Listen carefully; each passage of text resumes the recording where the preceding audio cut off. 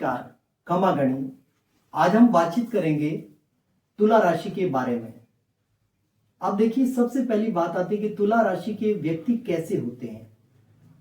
सबसे पहली बात है कि तुला राशि के व्यक्ति किसी भी बात में उलझना नहीं चाहते हैं, बहुत ही शांत प्रकृति के होते हैं और सौंदर्य के शौकीन होते हैं।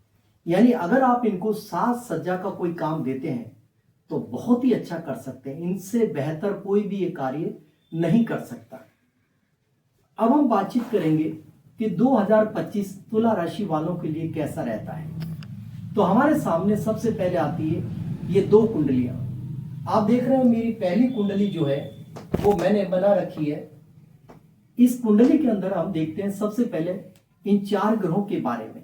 सबसे पहले हम लेते हैं शनि ग्रह को, कि शनि ग्रह का क्या फल रहता है आपकी कुंडली के अंदर।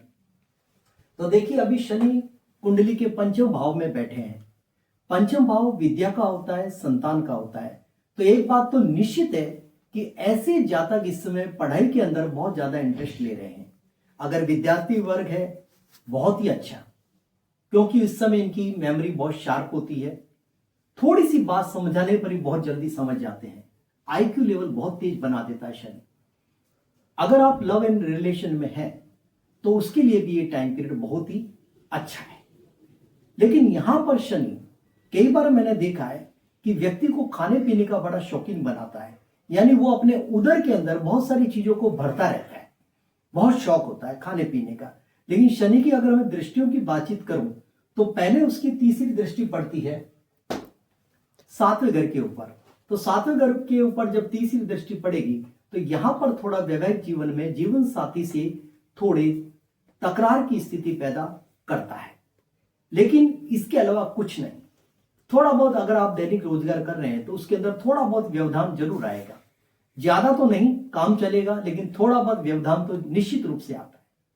अब देखिए, शनि की हम सातवीं दृष्टि की बातचीत करते हैं तो शनि सातवीं दृष्टि से 11वें घर को देखता है। तो 11वें घर को देखना शनि का अच्छा नहीं माना जाता है, क्योंकि यहां पर ये बड़े भाई बहनों से थोड़ी सी संबंधों को खराब करता है। यानी आपके संबंधों में जो मधुरता है उसमें न्यूनता आने लग जाती है। तो ऐसी परिस्थिति भी अच्छी नहीं है। लेकिन शनि की यदि मैं यहां पर 10वीं दृष्टि की बातचीत करूं तो आप देखिए, 7वीं दृष्टि इसकी यहां पर पड़ी 8, 9, 10। 10वीं दृष्टि पड़ती है इसकी कुटुंब भाव के ऊपर। तो कुटुंब भाव के लोगों से हल्का फुल्का तकरार करवाता है। सबसे बड़ी बात है, कमी आपकी है। आप उन सभी लोगों के ऊपर डोमिनेंट होना चाहते हैं और वो डोमिनेंसी को पसंद नहीं करते। बस यही एक छोटा सा तकरार का कारण बनता है। अब देखिए, शनि महाराज राशि परिवर्तन कर रहे हैं। 29 मार्च को शनि कुंभ राशि से मीन राशि के अंदर आ जाएंगे। जो दूसरी कुंडली के अंदर मैंने बता रखा है, यानी शनि अभी यहां पर कुंभ में थे, अब 12 नंबर की राशि मीन राशि के अंदर आ जाते हैं। यहां पर आने के बाद में शनि, सबसे बड़ी बात है, आपको रोग रिपो ऋण से मुक्ति दिलवाता है।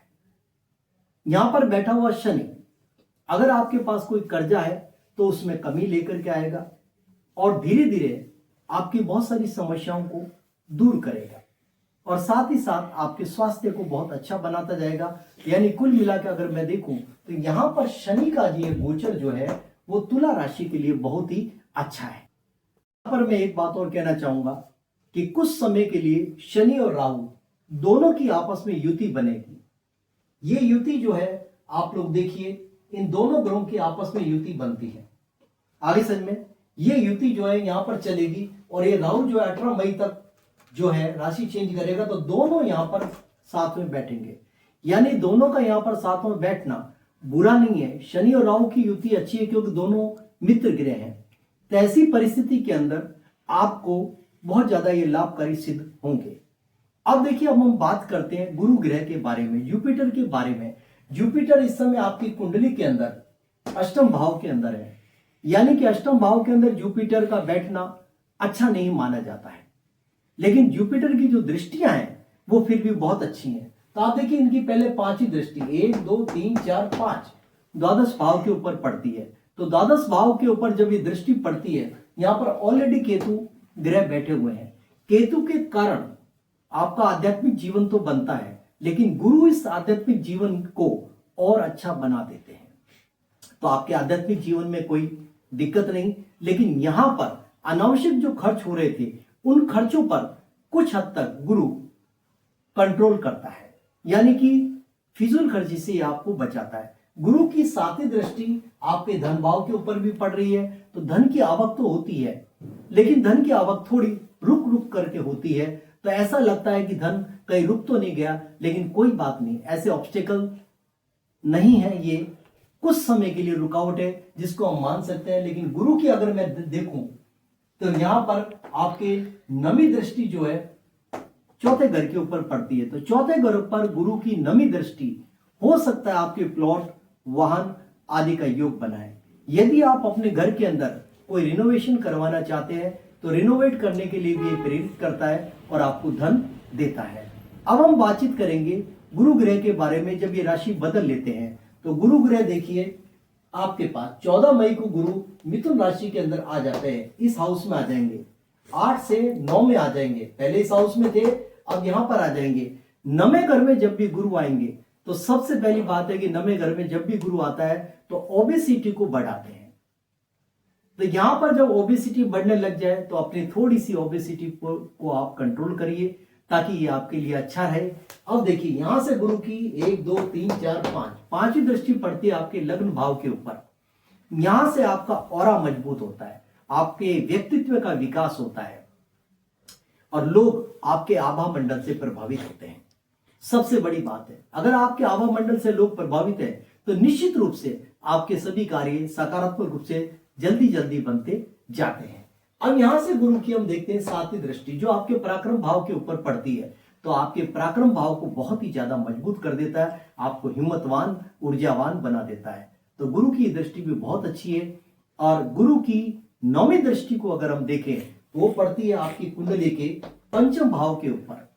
पंचम भाव के अंदर यहां पर आपने देखा राहु बैठे हैं। ये राहु यहां पर आएंगे, लेकिन ये 18 मई को आएंगे, 14 मई को गुरु आएंगे। लेकिन गुरु की जो दृष्टि है पंचम भाव के ऊपर वो विद्यार्थी वर्ग के लिए बहुत ही अच्छी है। इस समय यदि आप अध्ययन कर रहे हैं तो आपके लिए बहुत अच्छा है, बहुत अच्छे परसेंटेज आप गेन कर सकते हैं एग्जाम के अंदर और परीक्षाओं में आपको सफलता मिलने की भी बहुत ज्यादा अच्छे योग बनते हैं। अब देखिए यहां पर राहु अक्सर देखा गया है डेप्थ नॉलेज देता है। अगर आप किसी विषय के अंदर जाते हैं तो उस विषय की काफी गहराइयों तक आपको अध्ययन करने का मानस बनाता है। मन के अंदर उमंग और जिज्ञासा रहती है कि हम बहुत ही गहराई तक अध्ययन करें। तो कुल मिला के देखा जाए तो गुरु का ये गोचर बहुत अच्छा है, राहु का गोचर तो है ही।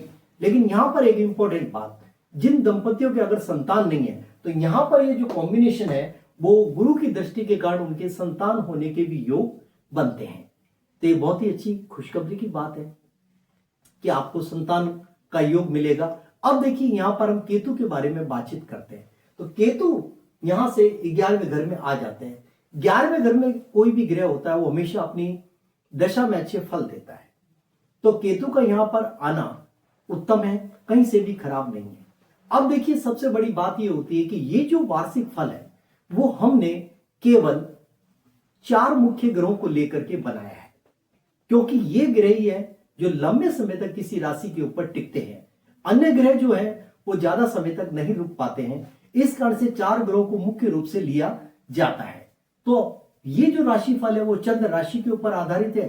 अगर आप अपनी जन्म कुंडली के परिप्रेक्ष्य में देखते हैं और उसकी दशा और अंतरदशा के आधार पर देखते हैं तो उस फलों में थोड़ी बहुत परिवर्तन निश्चित रूप से आएगा। और मैं चाहता हूं कि आपने ये सारा राशिफल देखा और आपसे मैं निवेदन करना चाहूंगा कि आप मेरे चैनल को सब्सक्राइब करिए और अपने अमूल्य कमेंट्स जरूर लिखिए ताकि मैं उन्हीं से प्रेरित होकर के कुछ और अच्छा कार्य कर सकूं।